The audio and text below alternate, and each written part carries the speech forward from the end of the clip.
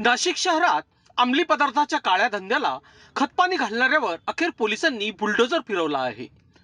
अंमली पदार्थ विरोधी पथकाने मध्यरात्री धडक कारवाई करत तब्बल 30 किलो गांजा जप्त केला असून 5 जणांना जेरबंद केले आहे. या कारवाईत 12,01,760 रुपयांचा मुद्देमाल पोलिसांनी ताब्यात घेतला आहे. नाशिक पोलीस आयुक्त संदीप कर्णिक यांनी सुरू केलेल्या सीपी व्हॉट्सअप हेल्पलाईनवर आलेल्या गुप्त माहितीच्या आधारे ही कारवाई करण्यात आली.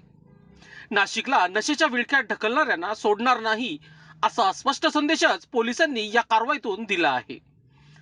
मुंबई आग्रा महामार्गावरील आडगाव शिवारात पोलिसांनी मध्यरात्री सापळा रचला.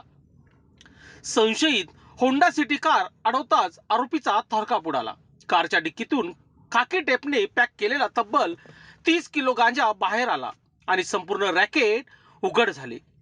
या प्रकरणात धुळे, मुंबई आणि शिरपूर कनेक्शन समोर आला असून आरोपींमध्ये अरबाज शकील खान मनियारसह इतर साथीदारांचा समावेश आहे. पोलिसांनी मुंबईत आणि धुळ्यात धाड टाकून आणखी आरोपींना ताब्यात घेतले आहे.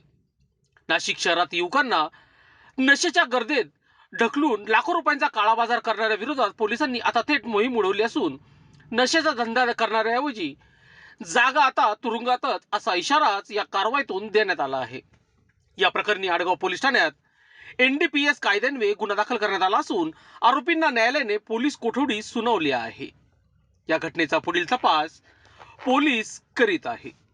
वृत्तसंकलन विभाग, आडगाव, नाशिक.